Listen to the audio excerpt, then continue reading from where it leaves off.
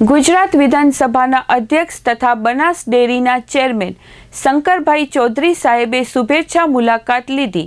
આ પ્રસંગે કચ્છ જિલ્લા ભાજપ અધ્યક્ષ દેવજીભાઈ વરચંદ અને સરહદ ડેરીના ચેરમેન વલમજીભાઈ હુંબલ દ્વારા પુષ્પગુચ્છ અને કચ્છી શાલ વડે તેમનું હાર્દિક સ્વાગત કરવામાં આવ્યું। સરહદ ડેરીની મુલાકાત દરમિયાન શંકરભાઈ ચૌધરી સાહેબે જણાવેલ કે દૂધમાં SNF પર ધ્યાન કેન્દ્રિત કરવું જોઈએ। આપણા ગોવંશ 4 લીટર દૂધમાંથી 40 લીટર દૂધ આપતા થાય તથા નવી અને સારી પેઢી પશુપાલન ક્ષેત્રમાં મળે તે માટે એમ્બ્રિયો ટ્રાન્સફર ટેકનોલોજીનો બહુ મોટા પ્રમાણમાં ઉપયોગ કરવો જોઈએ। સારી બ્રીડ મળવાથી સ્થાનિક સ્તરે રોજગારીનું પણ સર્જન કર્યું છે।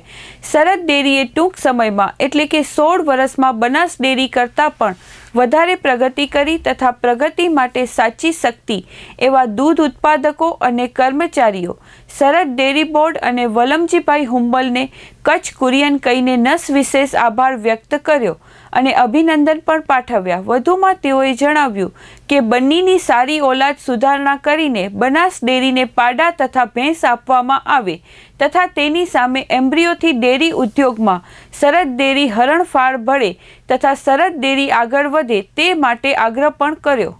આ પ્રસંગે કચ્છ જિલ્લા ભાજપ પ્રમુખ દેવજીભાઈ વરચંદ શ્રીએ જણાવેલ કે સરહદ ડેરીએ ગામડાઓ ધબકતા કર્યા છે અને સાચા અર્થમાં સરહદની પણ રખેવાળી કરી છે તથા નરેન્દ્રભાઈ મોદી સાહેબના આત્મનિર્ભર ભારતના સપનાને સાકાર કરવા અનેક આયામો સફળતાપૂર્વક પાર પાડ્યા છે।